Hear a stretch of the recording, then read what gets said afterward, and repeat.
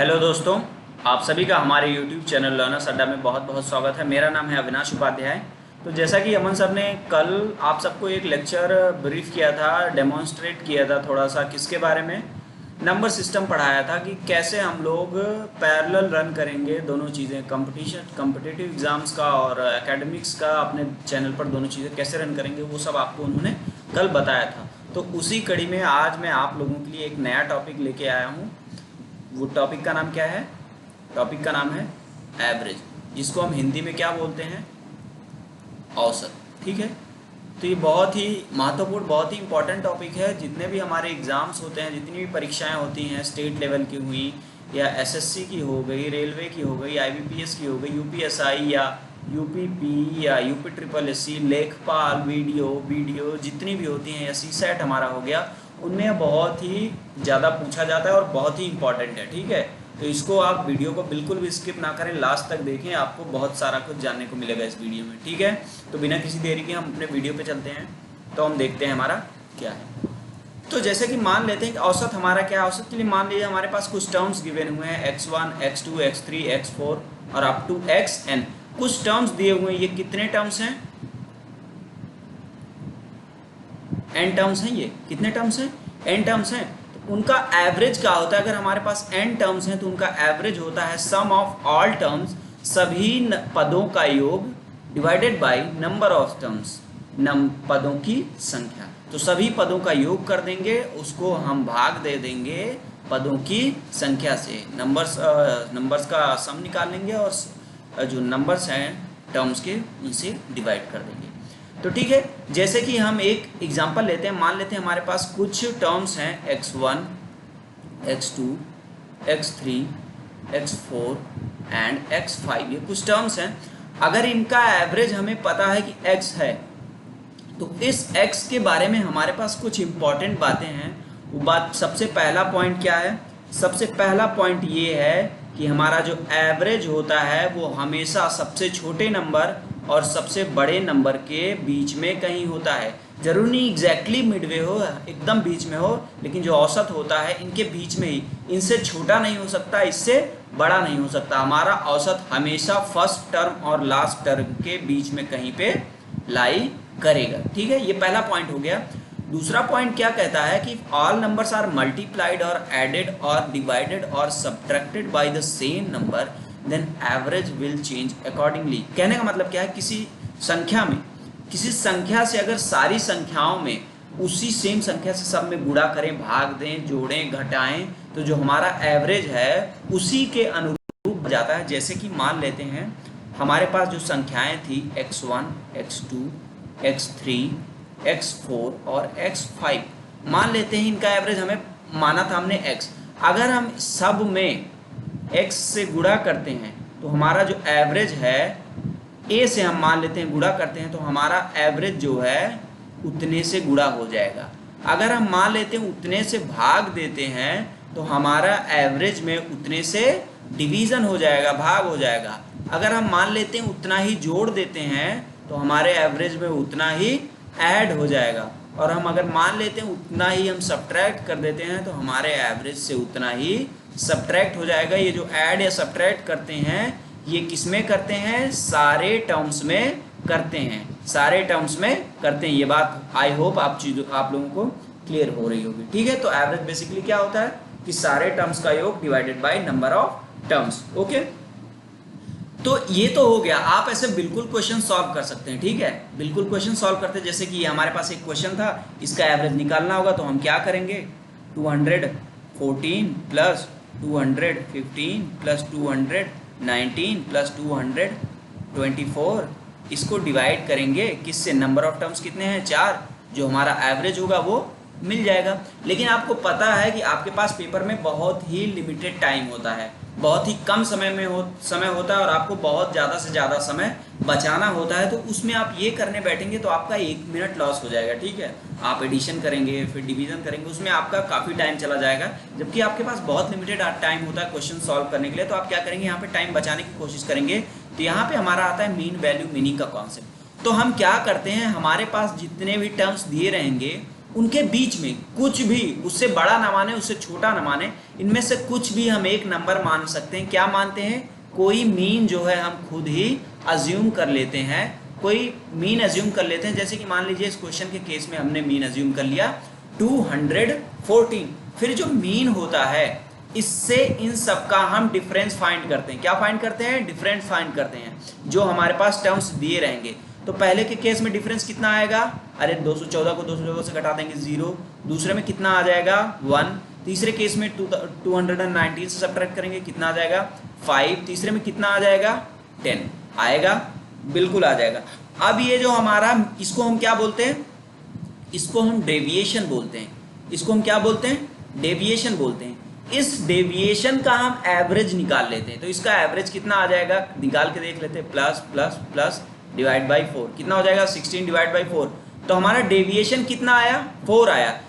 इस mean deviation, mean जो हमारा वैल्यू मीनिंग एवरेज है, इससे जो एवरेज हमारा निकल के आता है वो कैसे निकल के आता है? एवरेज इज इक्वल टू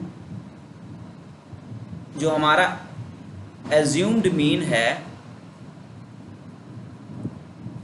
जो हमारा एज्यूम्ड मीन है प्लस मीन डेविएशन। क्या? Mean deviation. तो यहाँ से कितना आ जाएगा? ये हमारा 214 हमने माना था, प्लस ये हमारा 4 आ गया, तो हमारा एवरेज कितना आ जाएगा? 218। ये 218 आप ये सॉल्व करके देखेंगे तो एवरेज आपका 218 ही आएगा, ठीक है। और जरूरी नहीं है आप 214 भी माने, कुछ भी मान सकते हैं इसके बीच में। 213 मान सकते हैं, 216 मान सकते हैं, 218 ही मान सकते हैं, 223 मान सकते हैं। आप उसी अकॉर्डिंग जब अपना डेविएशन निकालेंगे तो वो डिफर करेगा और उसको सब्ट्रैक्ट या ऐड जो भी आएगा, माइनस में आएगा तो सब्ट्रैक्ट कर देंगे अज्यूम्ड मीन से, प्लस आएगा तो अज्यूम्ड मीन में ऐड कर देंगे। आई होप ये सब चीज़ें आपको क्लियर हो गई होंगी, ठीक है। आगे बढ़ते हैं। तो एवरेज के बारे में कुछ हम चीज़ें देख लेते हैं, जैसे कि एवरेज जो है first n natural. Natural numbers क्या होती हैं? आपको पता है 1 से स्टार्ट होती हैं और कहाँ तक जाती हैं? अप टू इनफाइनाइट तक जाती है। क्या है? नेचुरल नंबर्स, ठीक है। नेचुरल नंबर्स 1 से स्टार्ट होते हैं, कहाँ तक जाते हैं? इनफाइनाइट तक जाते हैं। तो फर्स्ट एंड नेचुरल नंबर्स का जो एवरेज होता है वो कितना होता है? n+1/2 होता है। n+1/2 होता है। Average of square of first n natural number, जैसे कि हमने वही जो नेचुरल नंबर था उन्हीं का स्क्वायर किया, 1 square, 2 square, 3 square, 4 square up to n square. इनका जो हमारा क्या आता है? एवरेज आता है, वो कितना आता है? n+1 into 2n+1 that is divided by 6, ये आता है।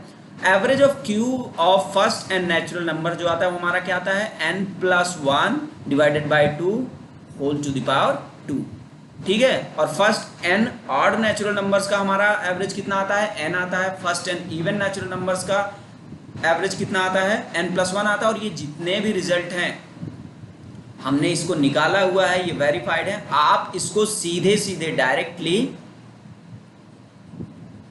क्वेश्चंस में यूज कर सकते हैं, ठीक है, ठीक है। ये डायरेक्टली आप क्वेश्चंस में यूज कर सकते हैं। ये रिजल्ट्स आप याद कर लीजिए, बहुत ही ज्यादा इंपॉर्टेंट है। ये क्वेश्चंस में डायरेक्टली यूज होते हैं, आपका टाइम बचेगा, ठीक है। इन सब चीजों को नोट कर लीजिए। तो चलिए आगे बढ़ते हैं। अभी जैसे मैंने आपको जो बताया था पीछे की एवरेज, जैसे फर्स्ट एंड नेचुरल नंबर्स का जो हम एवरेज निकालते हैं वो कैसे निकालते हैं, तो उसके लिए हमें एक कॉन्सेप्ट आना चाहिए that is known as arithmetic progression. जो मैथमेटिक्स बैकग्राउंड से होंगे वो इसके बारे में जानते होंगे, जो नहीं होंगे उनको नहीं पता होगा। तो चलिए मैं थोड़ा सा बता देता हूँ उसके बारे में। जैसे हमारा पहला टर्म है a, दूसरा टर्म है a+d, तीसरा टर्म है a+2d, थर्ड टर्म है फोर्थ टर्म है a+3d और हमारा nth टर्म है a+n-1 इंटू d। यहाँ पे जो हमारा a होता है वो क्या होता है? फर्स्ट टर्म होता है। d जो होता है वो हमारा कॉमन डिफरेंस होता है। क्या होता है? कॉमन डिफरेंस होता है d, ठीक है।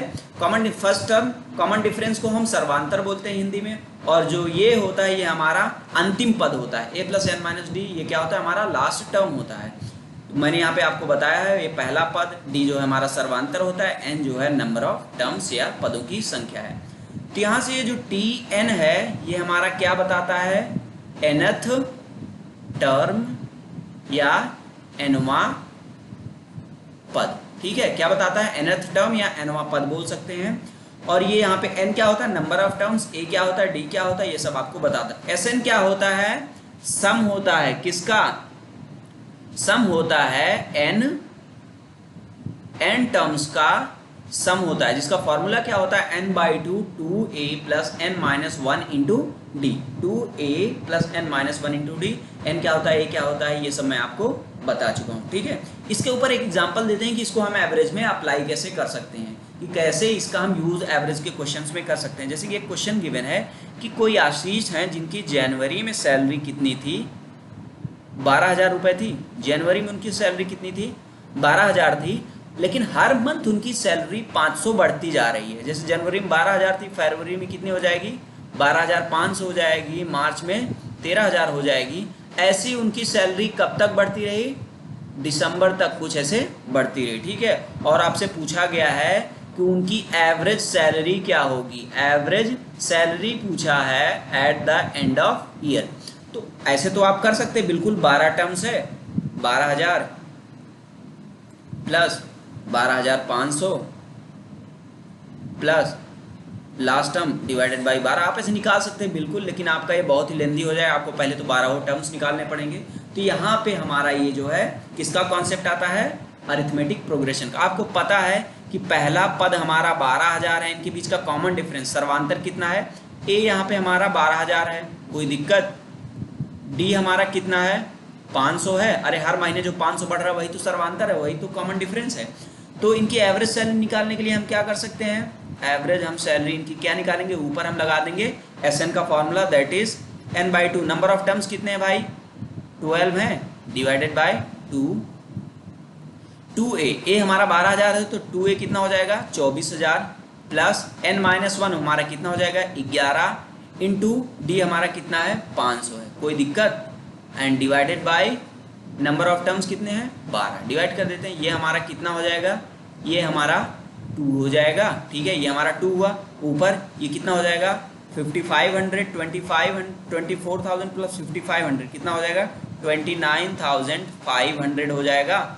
अरे हो जाएगा कि नहीं, इसको डिवाइड करेंगे 2 से, तो हमारा यहाँ से जो एवरेज सैलरी आशीष की निकल के आएगी वो कितना आ जाएगी 14,750 रुपये, कोई दिक्कत। तो इस तरह से हम क्या यूज़ करते हैं, अरिथमेटिक प्रोग्रेशन का कॉन्सेप्ट यूज़ करते हैं क्वेश्चंस में। ये बहुत ही इंपॉर्टेंट है, अगर आप इसका यूज़ करेंगे तो आप कम टाइम में हो, आप जितना प्रैक्टिस करेंगे उतना ही आपके लिए अच्छा होगा, कम टाइम में क्वेश्चन सॉल्व कर पाएंगे। आगे बढ़ते हैं, अब बात करते हैं कि एवरेज स्पीड में हम कैसे इसका कॉन्सेप्ट यूज़ करते हैं। तो एवरेज स्पीड आपको पता क्या होती है, क्या होती है, total distance that is divided by total time taken, कुल चली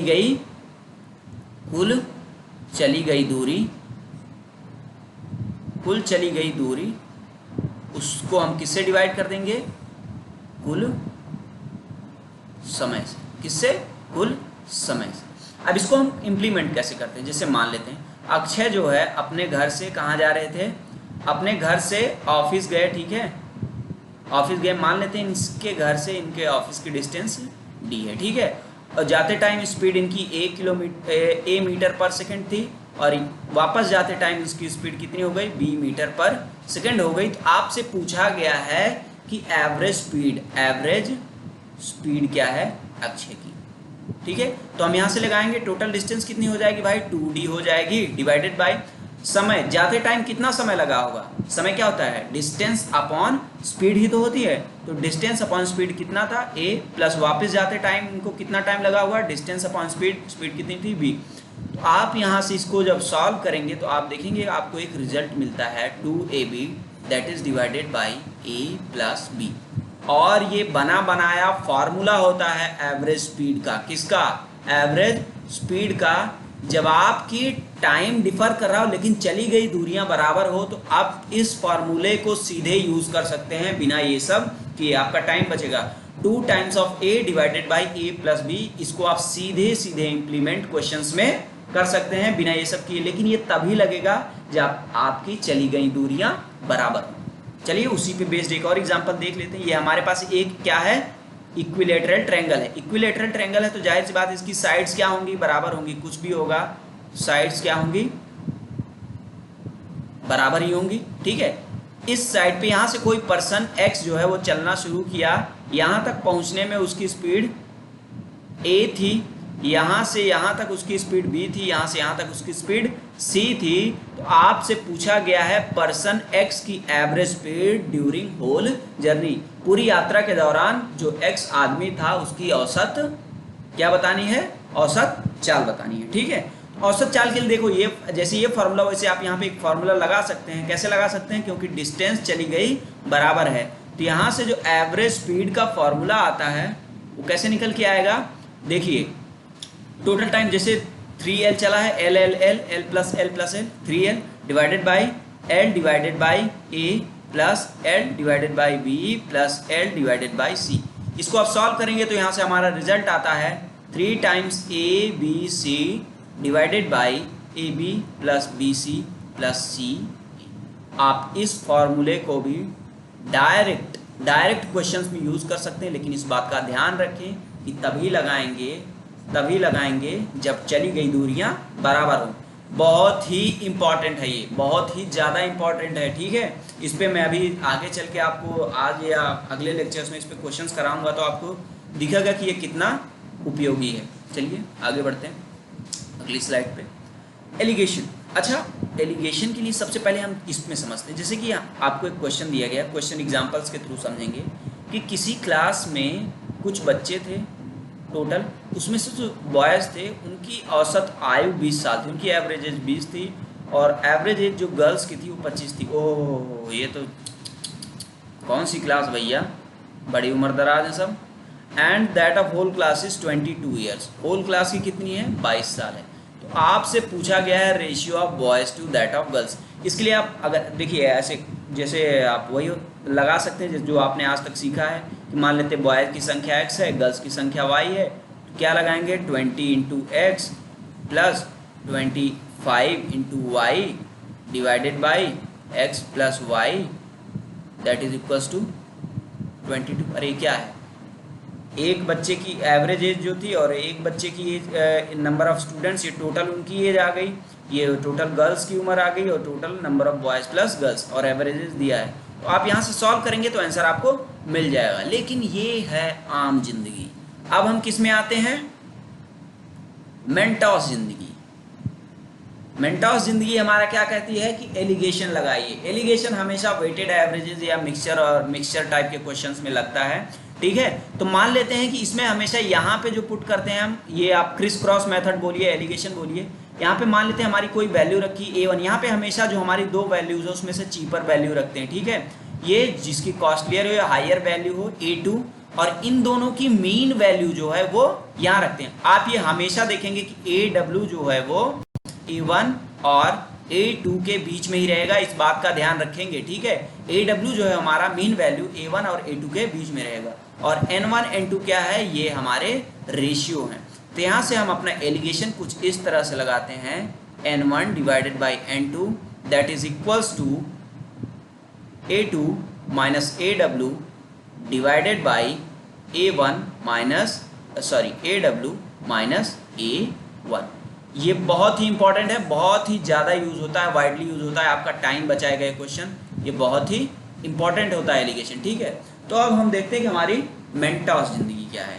मेंटॉस पे आते हैं, तो मेंटॉस ये था आम। मेंटॉस में आएंगे हम क्या लगा देंगे, एलिगेशन फटाफट। आपको पता है कि बॉयज़ की एवरेज एज 20 थी, गर्ल्स की 25 थी, इनकी कंबाइंड 22 थी। हमसे रेशियो पूछा गया था, दिस माइनस दिस, यहाँ पे कितना आ जाएगा 3 आ जाएगा, यहाँ पे दिस माइनस दिस, यहाँ पे 2 आ जाएगा। तो बॉयज़ और गर्ल्स का रेशियो कितना था, 3:2 था।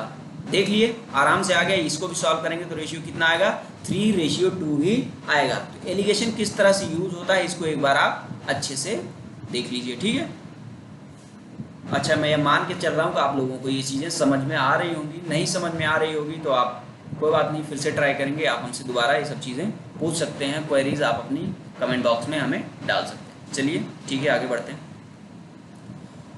ठीक है, तो अब हम इन टॉपिक्स पे कुछ क्वेश्चंस लेते हैं। ठीक है, कुछ न्यूमेरिकल्स लेते हैं, जिसमें से पहला न्यूमेरिकल है, क्या है पहला न्यूमेरिकल, क्या रहा है आपका कि कोई PQR पर्सन है जिनकी एवरेज एज 84 है। जब इनको S ज्वाइन करता है तो इनकी PQRS की एवरेज एज कितनी हो जाती है, 80 हो जाती है। कोई नया आदमी टी आता है जिसकी उम्र 4 साल ज़्यादा है किससे, एस से, वो किसको रिप्लेस कर देता है, पी को रिप्लेस कर देता है। तो average age Q R S और टी की कितनी हो जाती है, 78 साल। तो आपको बताना है पी की उम्र क्या है। तो आप वही नॉर्मल तरीका लगा सकते हैं जिसमें बहुत सारा टाइम कंज्यूम होता है कि लगाएंगे P plus Q plus R बराबर 3 इंटू 84।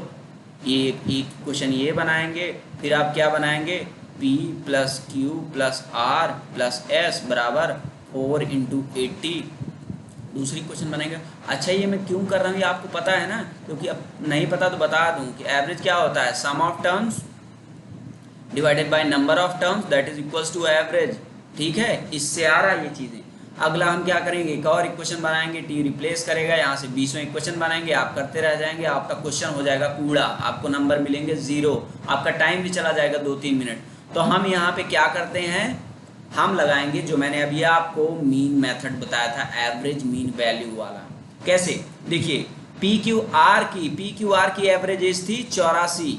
जब एस ने ज्वाइन किया तो चारों की एवरेज एज घट के हो गई 80। तो सबकी एवरेज एज कितनी कितनी घटी, 4-4 साल, 4-4 लोगों की 4-4 साल, 4 लोगों की 4-4 साल जो एवरेज एज घटी वो किसकी वजह से घटी, एस की वजह से घटी। तो एस की उम्र जो है एवरेज एज से 16 साल घट थी, कम थी। तो एस की उम्र यहाँ से कितनी आ गई, 84 माइनस 16 68। एस की फटाफट आ गई। यहाँ पे मैं लिख रहा हूँ, टाइम लग रहा है, अदरवाइज 1 सेकंड 30 सेकंड लगता है इस क्वेश्चन को करने में। ठीक है, एस की उम्र आ गई, एस की उम्र आ गई तो आप यहाँ से टी की उम्र निकाल सकते हैं। देखिए टी की उम्र जो है वो एस से 4 साल ज़्यादा है, तो टी की उम्र कितनी आ गई, 72 ईयर। टी की उम्र आ गई तो एस जो है, टी जो है किसको रिप्लेस कर रहा है, एस को रिप्लेस कर रहा है। ठीक है, एस को रिप्लेस कर रहा है तो क्यू आर एस टी की जो है एवरेज एज कितनी हो जाती है, 78। कितनी घट रही है, 80 से कम होके 78 हो रही है, मतलब 2 इयर्स पर पर्सन एवरेज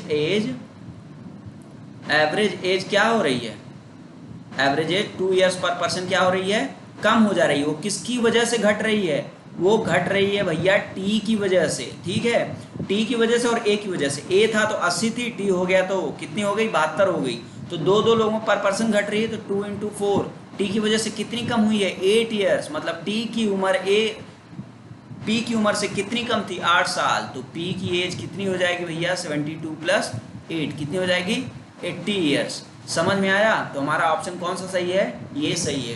तो करने के तरीके होते हैं, आप क्वेश्चन बनाएंगे बिल्कुल सॉल्व होगा, लेकिन वो आपका बहुत ज़्यादा टाइम ले लेगा। ठीक है, अगले क्वेश्चन पे चलते हैं कि कोई संजय नाम का आदमी है जिसने खरीदे कुछ 450 रुपए के आर्टिकल्स खरीदे। ठीक है, 1/3 ऑफ देम, 1/3 उसमें से उसने बेच दिया 10% की हानि पर। अब ऐसा बोला जा रहा है कि बाकी बचे हुए आर्टिकल्स वो कितने लाभ पे बेचे कि उसको ओवरऑल मतलब पूरी वैल्यू पे 450 पे 20% का लाभ हो। 450 पे 20% का क्या हो जाए, उसको लाभ हो जाए। तो अगर 20% का लाभ होना है तो उसको पूरा सामान कितने में बेचना पड़ेगा, 540 में बेचना पड़ेगा। तो ये हम नॉर्मली जो तरीका सब लोग लगाते हैं, हम लोग वही लगाते हैं, 540 में बेचना पड़ेगा। तो 1/3 मतलब 150 रुपये का सामान उसने 10% लॉस पे बेचा था, मतलब कितने में बेच दिया, 135 रुपये में बेच दिया, बचा 300। ठीक है, अब ये 300 रुपये की चीज़ उसको कितने तक पहुंचानी है, 300 रुपये की चीज़ कितने में बेचनी है उसको। देखिए 135 का हम घाटा करा चुके हैं, तो 540 माइनस 135 कितना बच जाएगा भैया, 405 बचेगा। अब उसको टोटल जो ये सामान है 305 का, उसको 405 में बेचना है। अगर उसको कितने का प्रॉफिट लेना है, 20% का प्रॉफिट लेना है। तो हम यहाँ पे क्या करेंगे, 105 का प्रॉफिट करना है उसको, टोटल कितने पे, 300 पे गुणे 100। तो उसको यहाँ पे कितने % का प्रॉफिट होना चाहिए, 35% का प्रॉफिट होगा। तो ओवरऑल प्रॉफिट परसेंट उसका कितना पहुँच जाएगा, 20%। अच्छा, ये तो हमारा मेथड हो गया। इसको हम एलिगेशन से कैसे कर सकते हैं, आइए देखते हैं। तो एलिगेशन लगाइए 1। देखिए पहला उसने 10% लॉस पे बेचा, लॉस का हम किस में लिखेंगे, माइनस में। दूसरा उसको ओवरऑल दूसरा उसको मान लेते हैं, हमें कितने % में बेच रहा है हमें नहीं पता है, तो X% हम मान लेते हैं। लेकिन ओवरऑल उसको प्रॉफिट कितने का हो रहा है, 20% का हो रहा है। ठीक है, 1/3 और ये 2/3, तो ये रेशियो कितना है 1:2 है इनके बीच में, ठीक है। तो हम वही लगाते हैं 1/2 that is equals to x minus 20 divided by 20 minus minus 10 लगाइए। 1/2 is equals to x minus 20 divided by 30 कितना हो जाएगा, यहाँ से इधर आ जाइए, ये हो जाएगा हमारा 30 is equals to 2x minus 40। यहाँ से हम सॉल्व करेंगे तो हमारा x बराबर कितना आ जाएगा 35%। कितना आ जाएगा 35%, ठीक है। क्लियर है ये? तो हमारा कौन सा ऑप्शन सही है? Option B. मैंने आपको, आप जैसे चाहें कर सकते हैं, लेकिन अगर आप एलिगेशन लगाएंगे तो आपका टाइम यहाँ पे बचेगा, ठीक है। अगला क्वेश्चन, किसी फैमिली में 5 मेंबर्स हैं। कितने मेंबर्स हैं? 5 मेंबर्स हैं, और उनकी एवरेज एज कितनी है? 20 साल है। यंगेस्ट मेंबर जो सबसे कम उम्र का है उसकी उम्र 4 साल है। आगे बोला गया है कि जब वो पैदा हुआ था जिसकी उम्र 4 साल है, तब फैमिली की एवरेज एज थी, औसत आयु 4 साल थी। What is the average of the family? N के टर्म्स में बताना है, एन के पदों में बताना है, excluding youngest member. Youngest member को, सबसे कम आयु वाले मेंबर को छोड़कर वर्तमान में जो परिवार है उसकी औसत आयु बतानी है एन के पदों में। तो हम नॉर्मली इसको कैसे कर सकते हैं कि 5 मेंबर हैं, पांचों की क्या है उम्र 20 साल एवरेज एज, तो पांचों की टोटल एज कितनी हो गई? 100 हो गई, ठीक है। अच्छा 100 हो गई तो अगर छोटे बच्चे को छोड़ दें तो इनकी अभी टोटल उम्र बाकी चारों लोगों की वर्तमान में कितनी है? 96 है। अब हम 4 साल पहले जाते हैं जब वो बच्चा पैदा हुआ था, ठीक है। 4 साल पहले जाएंगे तो हम इनकी टोटल एज कितनी रही होगी? चारों लोगों की कितनी रही होगी? अरे भाई उतनी ही रही होगी जितनी अभी देखिए यहाँ पे 24 है, एवरेज एज यहाँ पे भी इनकी कितनी रही होगी? 24 रही होगी, ठीक है। कितनी रही होगी? 24। और ये किसके बराबर है? n के बराबर है, ठीक है। n के बराबर है, तो अभी अगर हम इनकी एवरेज एज निकाल लें छोटे बच्चे को छोड़कर, आप देख पा रहे होंगे कि n जो है वो किसके, सॉरी 20 के बराबर था। तो यहाँ से अभी ये जो 24 आया है, यहाँ से अगर इनकी एवरेज 24 निकालेंगे तो आप इनकी टर्म्स में, n के टर्म्स में निकालेंगे तो कितना आ रहा है? n+4 आ रहा है। देखिए आपको ऐसे करना ही नहीं है बिल्कुल। आप ये देखिए, बस इतना देखिए, मैंने आपको एक चीज़ शुरू में बताई थी, किसी चीज़ में, किसी नंबर में जब सारे नंबर में एक ही चीज़ जोड़ दी जाए तो वो नंबर जो है उनका औसत भी उसी अकॉर्डिंग चेंज हो जाता है। जैसे कि जब वो बच्चा पैदा हुआ तो उन चारों की एवरेज एज कितनी थी? n थी। तो 4 साल बाद चारों की एवरेज एज कितनी हो जाएगी? अरे n+4 हो जाएगी, क्योंकि हमें बच्चे का तो काउंट ही नहीं करना है। समझ में आ रहा है? चारों लोग जो the person 1, person 2, person 3, person 4, इनकी एवरेज एज n गिवन थी। इनकी भी कितनी बढ़ी? +4 बढ़ी। इनकी भी कितनी बढ़ी? +4। इनकी भी कितनी बढ़ी? +4। इनकी भी कितनी बढ़ी? +4 बढ़ी। तो जो हमारा एवरेज एज है वो भी कितनी बढ़ जाएगी? 4 साल बढ़ जाएगी। तो ये मेथड आपको करना ही नहीं है, आप फंस सकते हैं। तो आपका यहाँ पे 2 सेकंड में वाला होने वाला क्वेश्चन था, ठीक है। तो यहाँ पे हमारा इतने हमारे न्यूमेरिकल्स थे। अगर आपको अभी इस पे बहुत सारे न्यूमेरिकल्स कराए जाएंगे, आपकी जितने भी इसमें जितने भी तरह के क्वेश्चन बन सकते हैं, आपको किसी तरह का कोई भी क्वेश्चन ना करने लायक नहीं छोड़ा जाएगा। आप वीडियो में लगातार बने रहिए, वीडियोस देखते रहिए, हमारे वीडियोस को थम्स अप देते रहिए, चैनल को सब्सक्राइब करिए, शेयर करिए और पढ़ते रहिए। हम आपको अच्छी से अच्छी कंटेंट, अच्छे से अच्छी वीडियोस प्रोवाइड करते रहेंगे। So this is the end of our video. God bless you. Thank you all.